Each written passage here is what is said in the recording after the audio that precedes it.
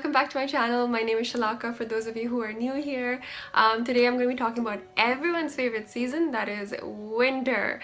Well, chances are if you live in the West, i.e. Canada, winter is probably not your favorite season. So I thought of making a video series on winter just to make it a little bit more bearable and hopefully a little bit more fun for you guys, since I've experienced like 6 winters in this country. Yeah, so I have a fair amount of experience that I hope to share with you, and I hope that will help you. So let's get started. So number one is to invest in a good winter coat. Now I know this is very obvious, but if you've watched my first video, you're gonna know that I didn't do this for the longest time. In fact, I think it was my third winter or just before my third winter where I was like, oh, I should probably buy a winter coat.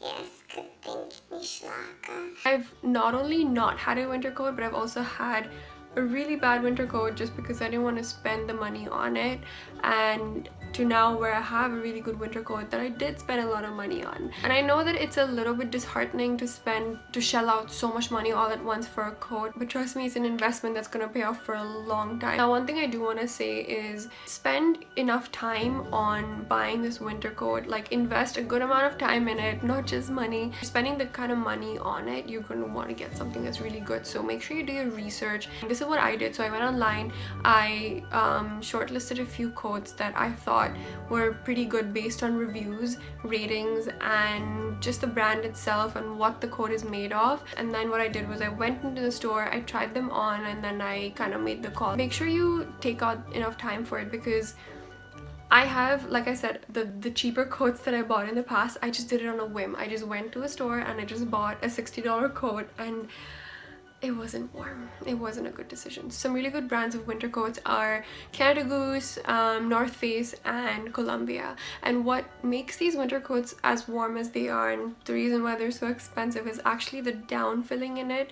And I know that's a little bit controversial because, you know, animal cruelty, but if you don't want to go down that road, if you want to invest in something that's more animal friendly, there are quite a few brands out there. Some of them are Hoodlamb, Primaloft, and there's a third one, Mammoth Outerwear. So look those up, do your research, and go to the store, try them on, and voila.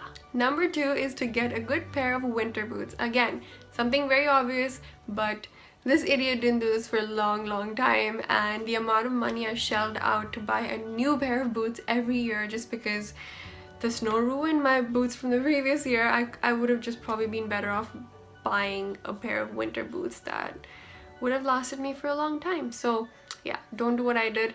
Buy a pair of good winter boots. Some really good brands for winter boots are Sorel, Columbia, North Face, and Timberland's pretty good too. My boots are actually from Timberland, so I'll actually leave a link to the winter boots that I own and the winter coat that I own down in the description box below if you want to check them out. So number three is to layer, and I'm sure you guys have heard of this tons of times before, but the reason that I find layering important is not just to keep warm outside, but to also keep cool indoors, because sometimes what can happen is you're all nice and warm and toasty for the outdoors, and then you get indoors and you're like, ugh, can't move, can't breathe. At least that's what happens with me. So the way that I like to layer is actually starting from the inside, if that makes sense. So what I do is I wear a lot of like inners and like camisoles and tights and knee-high socks, and what that does is it helps me kind of feel a little bit more comfortable, helps me move around a little bit more. Because what I used to do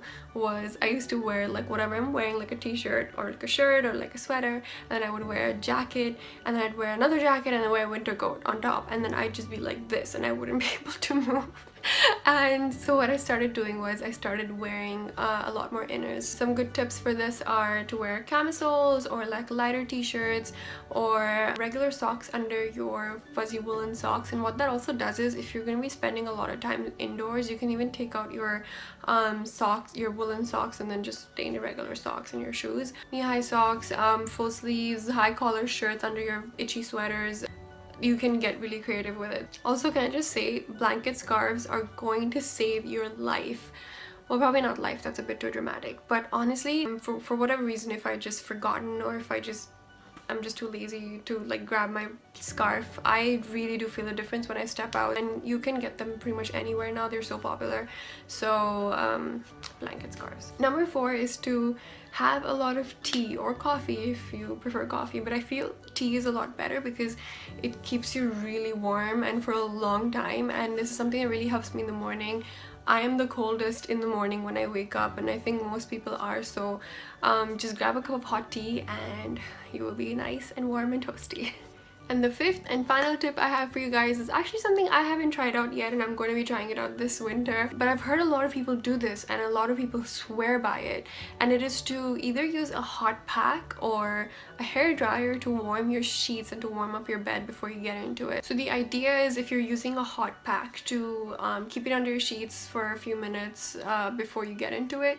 Or if you're using a hair dryer, very carefully, please don't burn your sheets, very carefully just, you know, lightly kind of blow it under your sheets and get into it. A lot of people also have heated blankets if you want to invest a little bit more. The heat pack and the hair dryer is just cheaper ways to do it. And that's it for this video, you guys. Thank you so much for watching. I hope some of these tips come in handy for you. Let me know in the comment section below if you tried any of them out, and hit the like button if you like this video, and subscribe if you haven't already. I'll be coming out with another winter special video next week, so keep your eyes peeled for that, and I'll see you next time. Bye guys.